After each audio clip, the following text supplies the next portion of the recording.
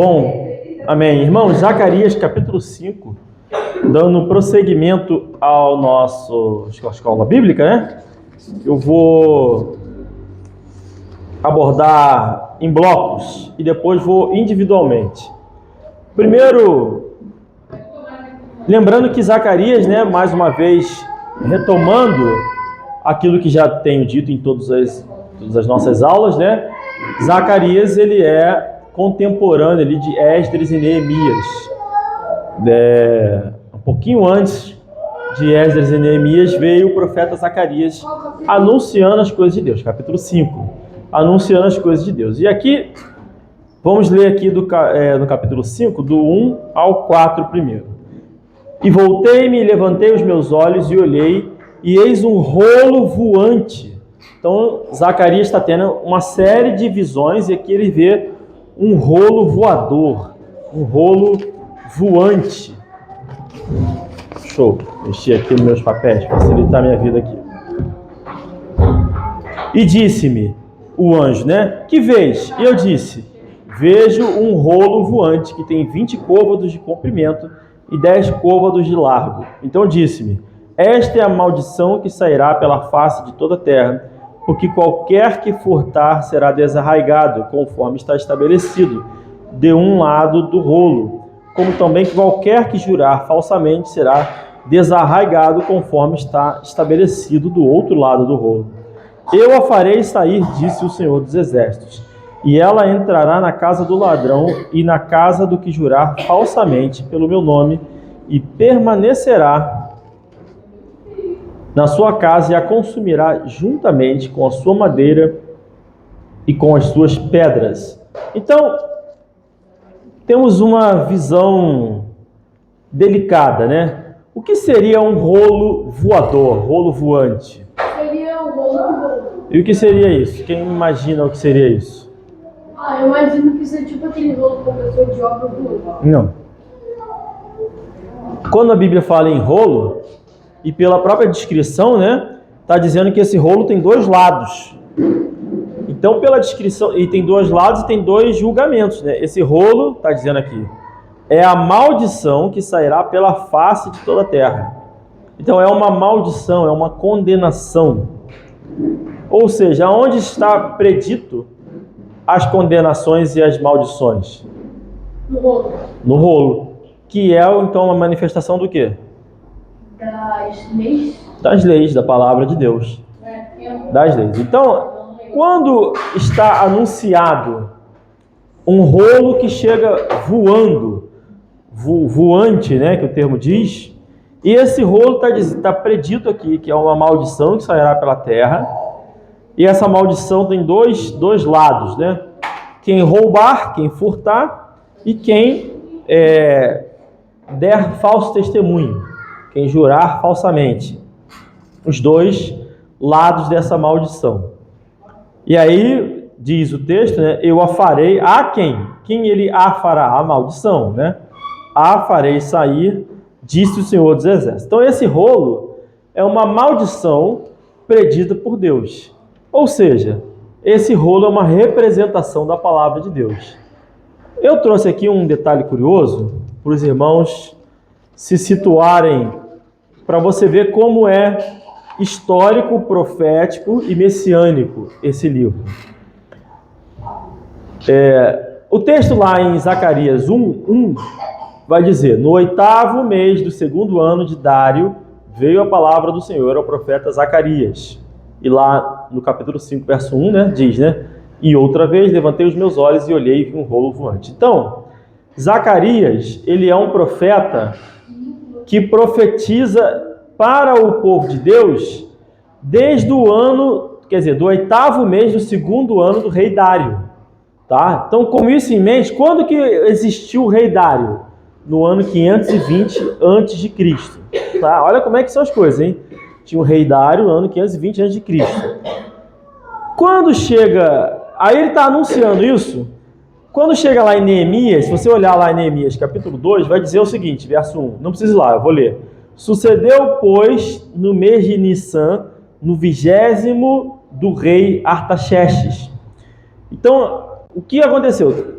a visão de Zacarias é no rei Dário, e a visão o evento que vai ser descrito aqui por Neemias, e depois, conforme vai falar lá em Neemias capítulo 6:15, né? Acabou-se, pois, o muro aos 25 do mês de Elul, em 52 dias. Essa visão que Zacarias teve é mais ou menos 40 anos antes do povo reencontrar a palavra de Deus lá no templo. Então, eles vão encontrar, né, lá no capítulo 8 de Neemias, vai dizer que o sacerdote trouxe, foi lido em público, tal, que inclusive eu usei esse texto na nossa ceia do Senhor hoje. Ou seja, o profeta teve a visão, e essa visão indicava um rolo voante, um rolo que apareceu na visão dele, que representava a palavra de Deus e que era a condenação. Quando nós vamos lá em Neemias, na história, né, que é o relato aí, se você tem o povo encontrando a palavra de Deus, e essa palavra de Deus era uma palavra de condenação. Mas os escribas, os intérpretes, Esdras, Neemias, os levitas, disseram para o povo que não era para eles ficarem tristes. Era um momento de regozijo. E a gente vai perceber isso aqui também. Começa esse anúncio, né? Esse anúncio dessa palavra que traz condenação, e depois a gente vai ver mais na frente, inclusive eu já li no capítulo 9, né? Que viria, então, o renovo no trigo e no mosto. O renovo dos jovens no trigo, que é o pão, e no mosto, que é o suco de uva. Ou seja, essa salvação. Mas, enfim. Então, tem uma dimensão aqui desse rolo. Essa dimensão, ela é gigantesca, tá? Para você ter uma ideia, se você pegar lá em 1 Reis, primeiro livro dos Reis, capítulo 6, verso 3, tem uma descrição do templo de Salomão, né? Aí tem a parte da entrada do pórtico de Salomão. Essa descrição, as medidas, são praticamente idênticas à medida desse rolo. Então essa parte da entrada do templo de Salomão, isso é uma interpretação minha. Mas essa medida você encontra lá no templo de Salomão. Então seria como se fosse a entrada, né? O pórtico de Salomão como se fosse a entrada do templo. Então você tem as medidas, que seriam a entrada do templo, e você tem esse rolo, que é a condenação, com as medidas similares às da entrada do templo. Como se você entrasse diante de Deus através da própria palavra de Deus. É só uma interpretação minha, né? A Bíblia não diz isso, né? Eu que estou trazendo isso aqui. E aí, é claro, né? O juízo, verso 3, vai dizer, né? A maldição que cai sobre toda a face da terra. O juízo está sobre todos que violam a lei, que vai invadir e destruir o lar de todo aquele que pecar, né? Conforme vai dizer lá no verso 4, consumirá a todos, né? E aí agora vamos para o verso 5, que vai dizer que aí agora vai trazer uma outra visão nesse segundo bloco, né? Primeiro bloco do verso 1 ao 4 e agora do 5 em diante, né? Sempre dividido em dois, tem uma outra visão de uma mulher que é descrita. Para com isso, né? E saiu o anjo que falava comigo e disse-me: levanta agora os teus olhos e vê que é isto que sai. E eu disse: que é isto? E ele disse: isto é um efa que sai. Disse ainda: este é o aspecto deles em toda a terra. Eis que foi levantado um talento de chumbo e uma mulher estava assentada no meio do efa. E disse ele: esta é a impiedade. E a lançou dentro do efa. E lançou sobre a boca deste peso de chumbo. E levantei os meus olhos e vi, e eis que saíram duas mulheres. E traziam vento nas suas asas, pois tinham asas como as da cegonha. E levantariam o efa entre a terra e o céu. Então eu disse ao anjo que falava comigo: para onde levam elas o efa? E ele me disse: para lhe edificarem uma casa na terra de Sinar. E estando ela acabada, ele será posto ali na sua base. Pergunto aos irmãos. Pergunta aos irmãos. É um texto fácil de entender?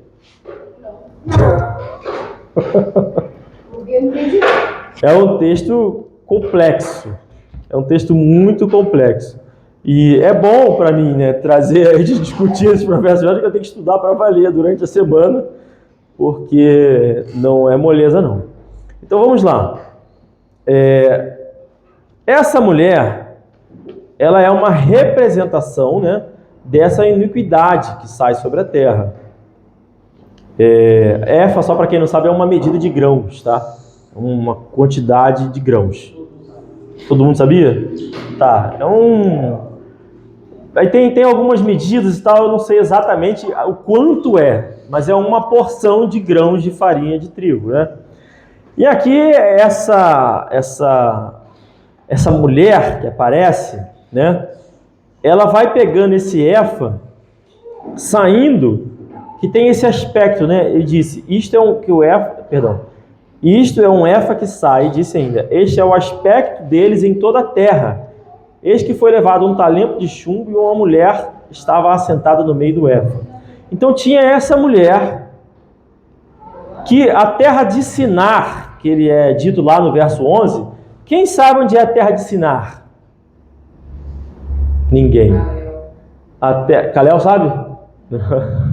A terra de Sinar é a Babilônia, tá? Terra de Sinar é onde fica a Babilônia. Então ele está dizendo, olha, é um anúncio, tá? O profeta Zacarias é um anúncio, olha. Lembrando que quem está dominando sobre o povo agora são os assírios. Ele está dizendo, olha, vai sair uma mulher com essa efa daqui, vai se espalhar pelo mundo, certo? Na terra de Sinar, a partir da terra de Sinar, representando a própria Babilônia. Por que isso é importante? Porque o profeta Daniel tinha feito profecias para Nabucodonosor, que era a Babilônia antes da Síria, né? E essas profecias indicavam uma continuidade dos reinados do mundo até o fim do mundo. Então, começando pela Babilônia, partindo para a Síria, e depois, pela história, a gente entende que é a Grécia, por fim é Roma. Então, tem essa continuidade. Só que nesse momento, apesar de ter, como é que eu posso dizer assim, a ação dessa mulher está restrita àquela localidade, ou seja, a ação da Babilônia está restrita à Babilônia, a ação da Assíria está restrita à Síria.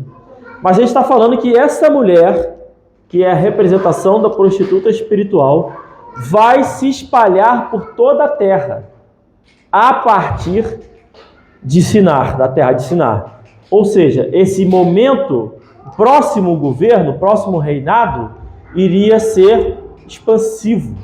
E quando que isso aconteceu? Com a Grécia. A Grécia, quando dominou o mundo helenístico, passou-se a ter uma ideia de conquistar o mundo mesmo. E todo o mundo ocidental foi dominado pela Grécia. Então essa mulher, essa medida de efa, é uma representação de uma espécie de corrupção, né? Sempre que fala de medidas ligadas a isso, é alguma corrupção, gente que se corrompe de alguma medida. Enfim, ela é uma personalização do espírito da Babilônia, do espírito da grande prostituta. E aí vai dizer, né, no verso 8, esta é a iniquidade. Esta é a impiedade, perdão. Esta é a impiedade. Então ela representa a impiedade e o lançou dentro do efa.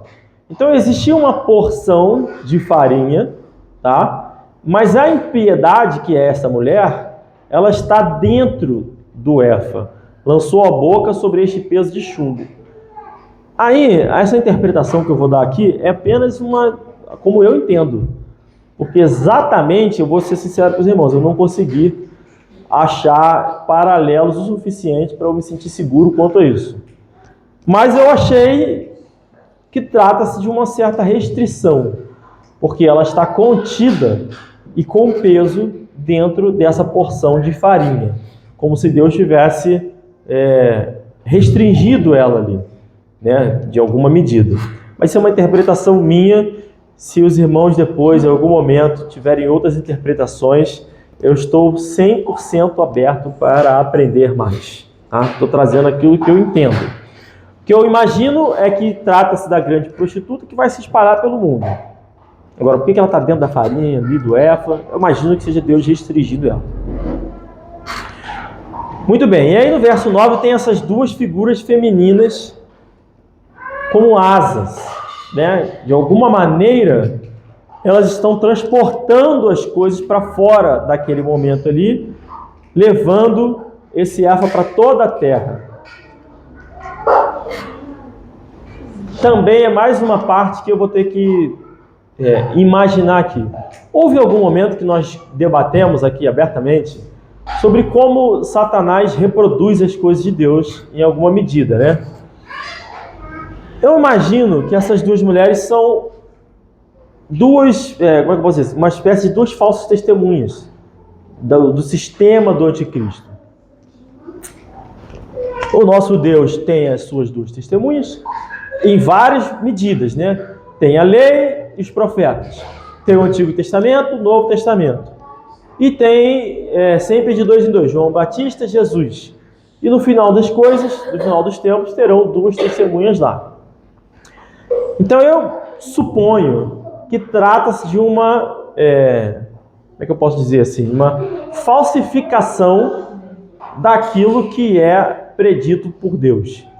Por quê? Porque o texto, o capítulo, está trazendo essas duas condenações, né? A condenação para o furto e para falso testemunho.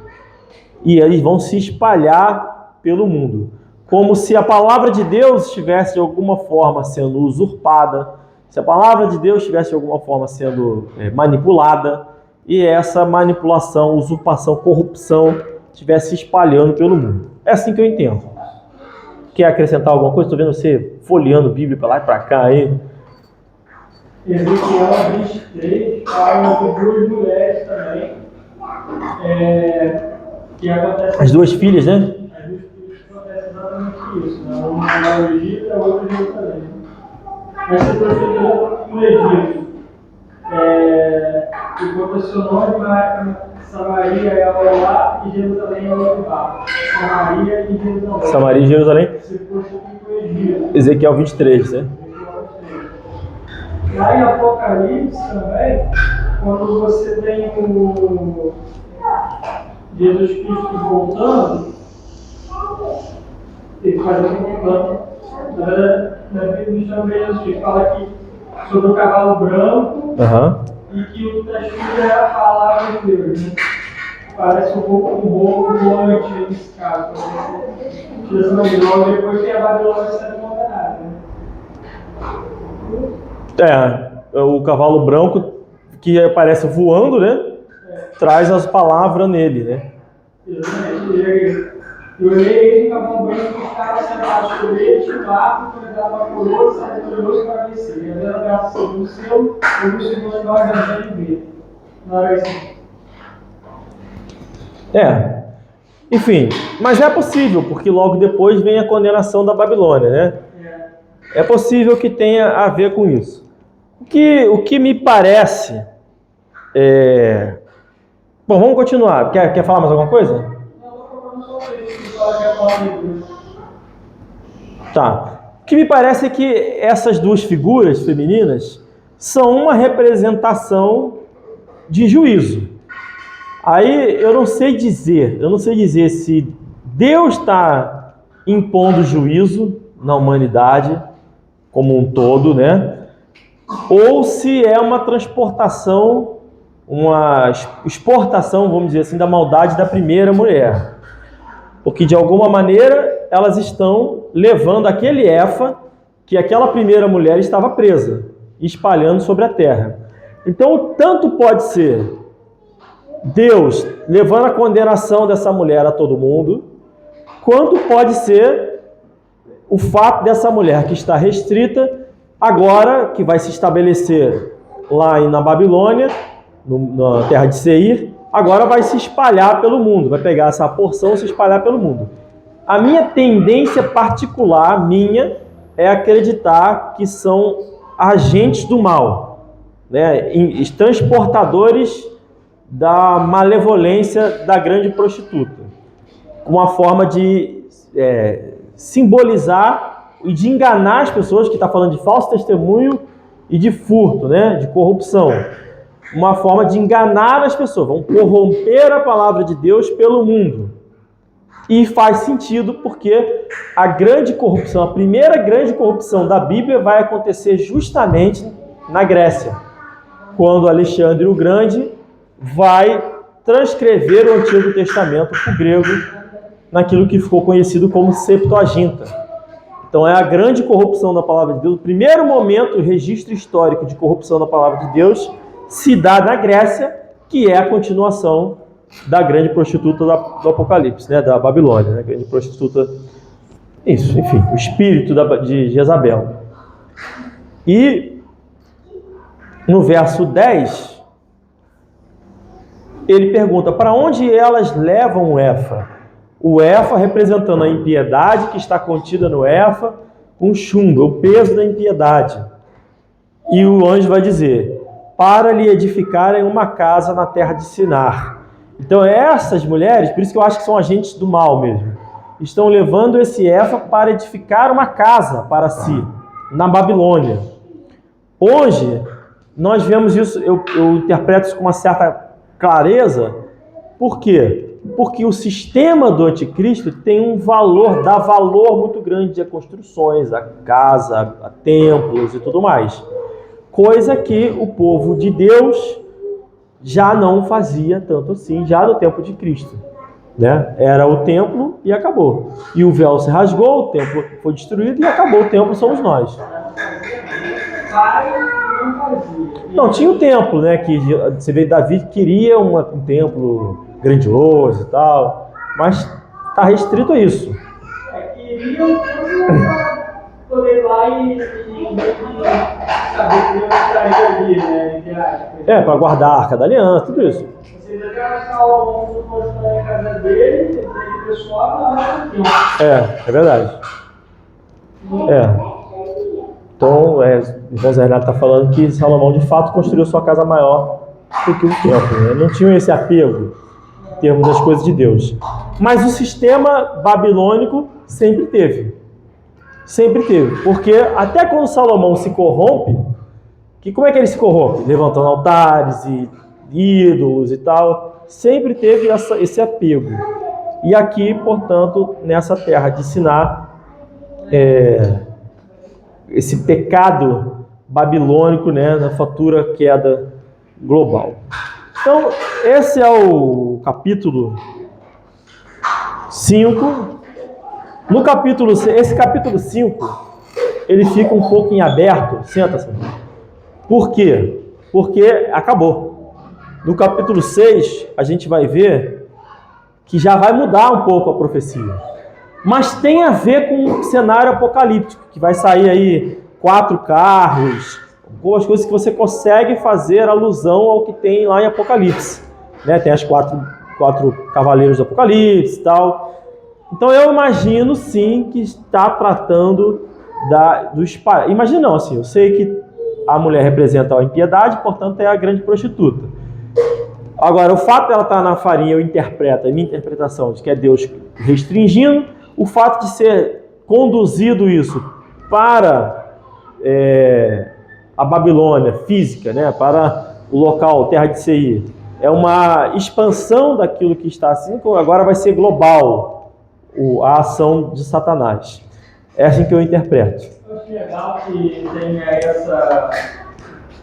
essa vertente aqui, Zacarias, então, indo até o capítulo 5, ele levou até o final, ali onde Jesus voltando. E às vezes, você fala no capítulo 17, estava vendo agora, 16, não, 19, fala sobre Jesus Cristo e a palavra de capítulo 9, que é Cristo. E como que a besta e o falso profeta, o falso profeta, falando a mesma coisa. O que eu acho mais interessante é que a gente está no caminho certo de criança. O capítulo 6 já trata de uma outra coisa que vai ter a ver. Ou seja, ele dá uma quebra no meio do livro de Zacarias e começa a falar outra coisa. Igual o Apocalipse faz. Eu já até comentei, acho que foi no primeiro dia, que tem gente que usa o livro de Zacarias como paralelo de interpretação para Apocalipse. Eu não me sinto seguro de fazer isso, mas eu entendo que tem muita similaridade. Esse texto aqui, por exemplo, né, tem a condenação que chega, que vai se espalhar pelo mundo, tem a besta, né, tem a mulher e tem as duas bestas, que poderia ser interpretado assim, né? As duas bestas, né? E a Bíblia diz isso, que tem uma mulher sobre uma besta, tem outra besta. Então existem esses paralelos. Não dá para você negar os paralelos. O que a gente pode ter certeza absoluta, tá? Que ele está trazendo uma visão da palavra de Deus, que apareceria trazendo condenação e que depois vai trazer renovo. Isso acontece literalmente quando eles, 40 anos depois, vão encontrar a palavra de Deus, o povo vai chorar e eles vão dizer que é dia de regozijo, beleza? E depois acontece literalmente quando Jesus Cristo vem ao mundo também. Por quê? Porque Jesus Cristo é a palavra de Deus. E ele disse que ele era a espada, né? Ele era a espada, ele veio trazer tanto a condenação quanto a salvação. Então, se aplica diretamente a Jesus. Mas há uma possível interpretação muito forte ligando aos eventos do fim do mundo. Para facilitar essa interpretação de eventos do fim do mundo, o próximo capítulo vai facilitar, porque ele vai trazer uns paralelos mais simples, vamos dizer assim, mais parecidos. Então seria como se realmente, como o irmão Renato pontuou, chegou num momento ali, daqui para lá a gente vai destrinchar esse evento aqui e vai tratar daquilo ali, como se fosse repetir, né? Enfim, mas de grande informação que trazemos hoje, eu acho que a visão histórica do tempo e tudo mais já nos enriquece bastante. Amém? Então, vamos orar para